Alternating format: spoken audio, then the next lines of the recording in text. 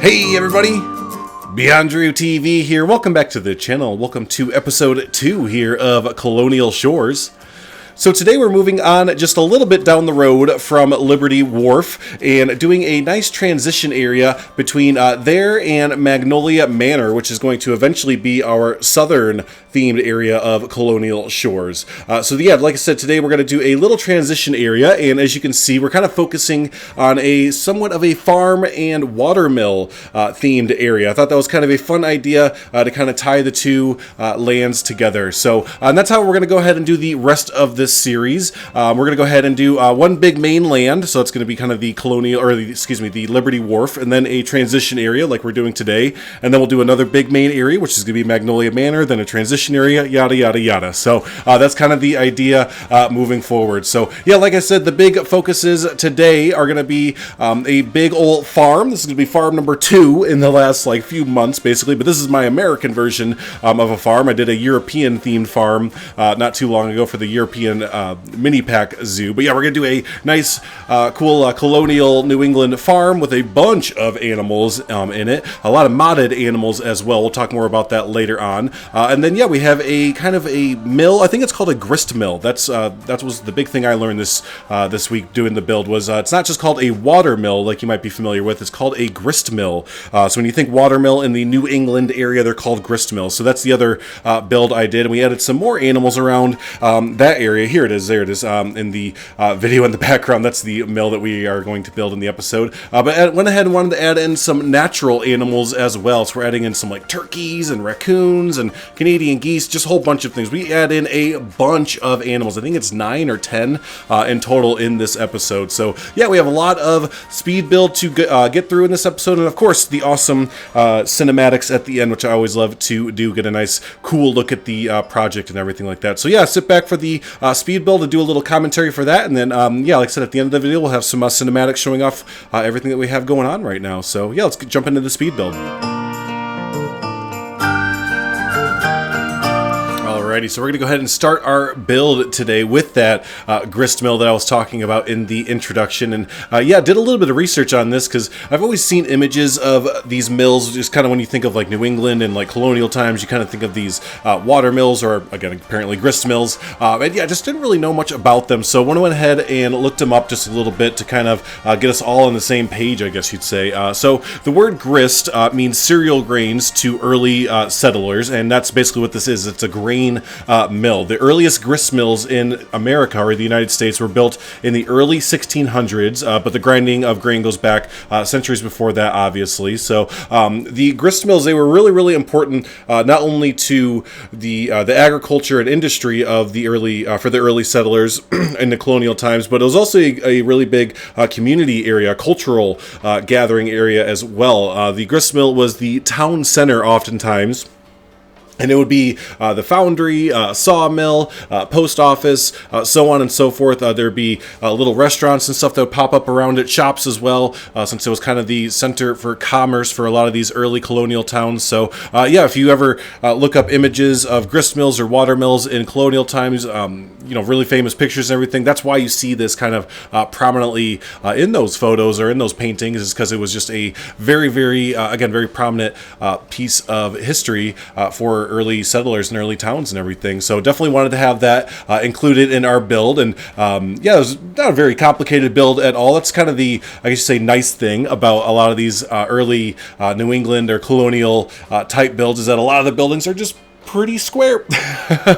Pretty square, and you see this throughout the United States a lot with that kind of old colonial kind of style that makes its way even where I'm from in the Midwest, just outside Chicago. A lot of the houses and homes and everything, they look just kind of similar to this, where it's that old just square style, not much detail to it at all, and we kind of run with that with today's build. Honestly, the most complicated part about this build is we're doing it right now, which is getting the water chute down to our I think it's East Asia pack wheel there. I wanted to use that East Asia pack wheel instead of building one myself because it does have an animation with it, which I did want to include. I really wanted to get that kinetic energy with the wheel actually moving, with the water going through it and all that kind of fun stuff. So yeah, like I said, this is the most quote-unquote like complicated piece of the build, where start off using the in-game trough that you can see here. Then we go ahead and kind of build our own based off of the trough here, just to kind of make it more customized and a little bit better looking and everything like that. So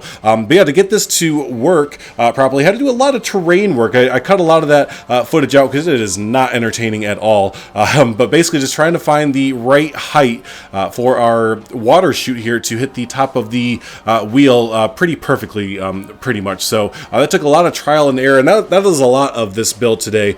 You're going to see a lot of excuse me, you're not going to see a lot of the terrain work because it was really kind of meticulous and everything, but I'm trying to get a sloped down river system, and it's starting right here at the base of this Gristmill with the little lake that is perched up top of it a little bit. But yeah, I want to have this nice little river system that careens down adjacent to the shoreline that we've been building off of as well, and kind of have these two water features, again, just kind of careen and move their way through the different lands and kind of be a kinetic connecting force between all of the different lands and everything like that. So, but yeah, as we're moving forward, just trying to add in a few more details, like I said, to these pretty simple builds. All the builds today are relatively simple. Didn't go off doing too many big details because the big focus of today is honestly the animals, big time the animals, and just really the foliage. Like a lot of this first build is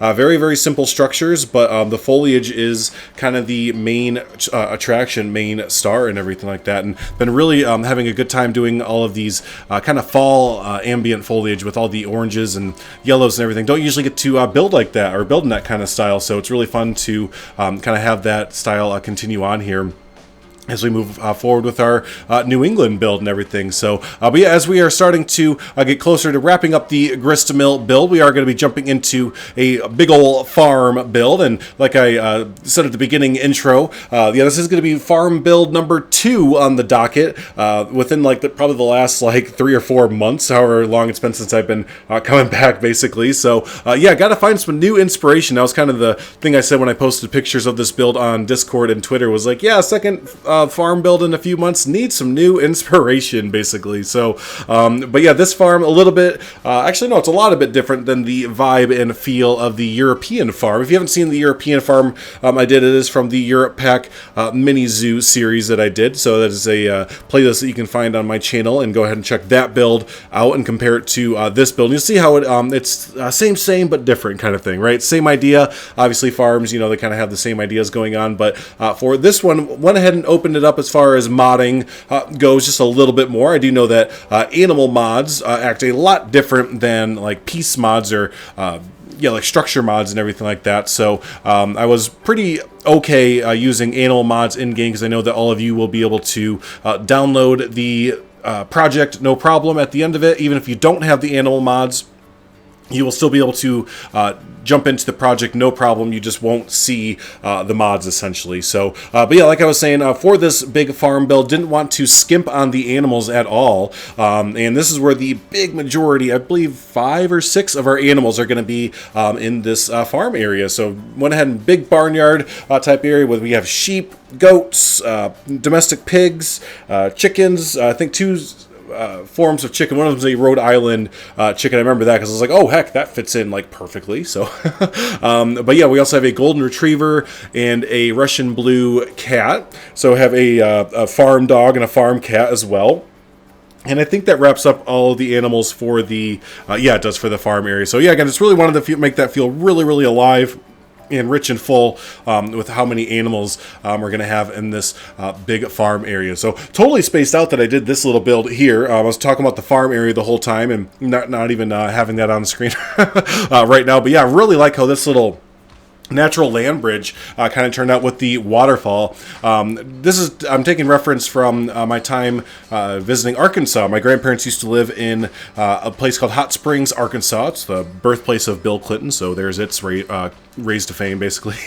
But anyways, around this area, there are a bunch of these little streams that, again, go downhill from the mountainsides, and it's been kind of structurally engineered where these waterfalls are, you can kind of see right here, completely flat and level and just have like downgrade, just like it's a whole gradient down, like it's almost like a stairway for the waterfall to go down. It's really cool how they look. I've always enjoyed how they look, so I wanted to incorporate that into the build. So hopefully you can kind of get a good look at that. The cinematics will probably show it off a little bit more. But yeah, it's kind of a cool little land bridge across the waterfall there. And you got to be careful when you're walking over these things. I know my cousin, he one time came running across these things. You know, all the stone was wet, or all the wood, whatever they construct the floor out of, all wet from the water rushing up to it. And bam, he fell as hard as you can imagine on that thing. Hit his head real good and everything. So yeah, if you ever do go to those, just don't run across it. Be a little bit careful there. So but yeah, as we're jumping into our farm build, and to jump things or to get things started, we are building it's either 3 or 4, maybe 5 different structures, very, very simple structures. Again, that's kind of the theme of today, is that all of the buildings, all of these structures are extremely simple as far as complexity levels go and everything, and just kind of KISS is kind of the idea today. Keep it simple, stupid, with the buildings. They are not the main focus. And honestly, if you look at a lot of American farms and farm builds and everything on Google and Google Images and stuff, you're not going to see a lot of, again, crazy architecture or anything like that. These are sheds. These are barns. These are, nowadays, most of them are dilapidated or halfway fallen over and everything. So, but yeah, and again, especially we're building for that colonial era.